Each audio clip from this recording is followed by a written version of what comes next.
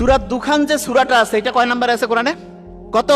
44। তার মানে ধোঁয়া নিয়ে আল্লাহ যখন কথা বলছেন, ধোঁয়ার যে সবচেয়ে প্রধানতম উপাদান কার্বন ডাই অক্সাইড, সেইটা আণবিক ভর যেমন 44, ঠিক তেমনি করে ওই সূরাটা আল্লাহ কোরআনে সেটও করছেন 44 নম্বরে।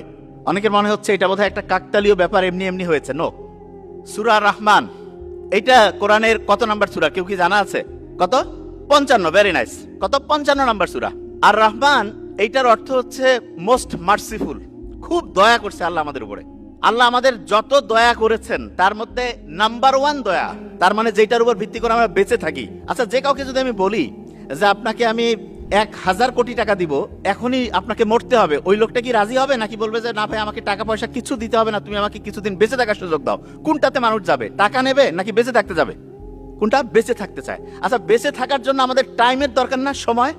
আল্লাহ মানুষের জন্য যতগুলো রহমত দিয়েছেন তার মধ্যে মোস্ট মার্সিফুল যেটা, সেটা হচ্ছে সময়, টাইম। এটা সবচেয়ে দামি। টাইমকে যে আমরা মাপি, সময় পরিমাপের সবচেয়ে ক্ষুদ্রতম যে একক, সেটার নাম কি বলেন তো? কি নাম? Very fine, second. এবার আপনি সেকেন্ডের সংজ্ঞা যদি গুগলে সার্চ করেন অবাক হয়ে যাবেন।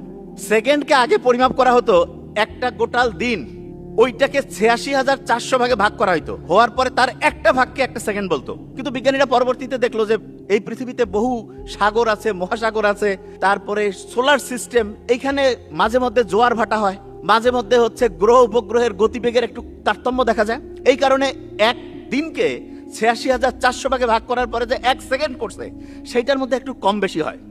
এই জন্য বিজ্ঞানীরা খুঁজতে লাগলো যে আমরা সেকেন্ডটাকে এমন ভাবে পরিমাপ করতে চাই, এমন ভাবে যাতে করে 10 কোটি বছর পরেও 1 সেকেন্ডের এদিক ওদিক না হয়। তার মানে সময় পরিমাপের একটা সবচেয়ে স্ট্যান্ডার্ড সিস্টেম দরকার।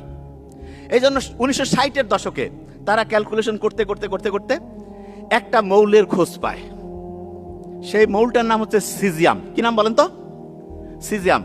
কারো কাছে যদি গুগল গুরু থাকে, সার্চ করেন সিজিয়াম 1A গ্রুপের মৌল। পর্যায় সারণীতে 114টা মৌল আছে না, তার মধ্যে 1A গ্রুপে আছে সিজিয়াম। আপনি সার্চ করতে থাকেন, সিজিয়াম যেই পর্যায় সারণীতে আল্লাহ সেট করেছেন কত নাম্বারে কেউ কি জানেন? 55। Very nice. সূরা রহমান মোস্ট মার্সিফুল, এইটা কোরআনের কত নাম্বারে আল্লাহ সেট করেছেন? কত? 55। তার মানে আপনি দেখেন সবচেয়ে মার্সিফুল যে জিনিসটা আল্লাহ আমাদের টাইম দিয়েছেন, সেটা পরিমাপের যে সবচেয়ে স্ট্যান্ডার্ড সিস্টেম, সেই মৌলটা 55 নম্বরে পর্যায় সারণীতে আমরা পরে আবিষ্কার করছি। আর আল্লাহ তো জানেই যে কোন সময় মানুষ কি আবিষ্কার করবে, সেইটার উপর ভিত্তি করে কোরআনের 55 নাম্বার সূরাটা, সূরা আর রহমানকে আল্লাহ সেট করেছেন।